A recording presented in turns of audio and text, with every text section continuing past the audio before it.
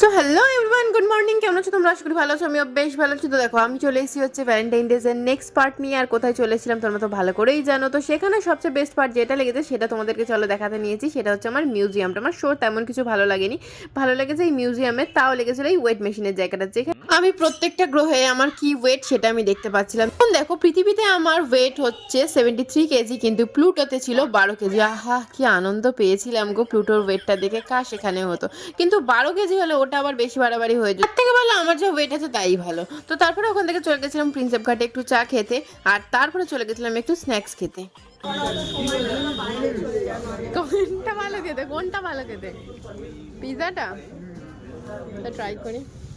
খেতে গেছিলাম হচ্ছে হিন্দুস্তান সুইটসের পিওর ভেজ, কারণ আগের দিন রেখেছিলাম সংযম, কারণ আমার পরের দিন হচ্ছে আছে শিবরাত্রি পুজো। এরপর আসো আসো, চলো এবার বেরিয়ে পড়ি, বাড়ি যাই, হয়ে গেছে ওরা।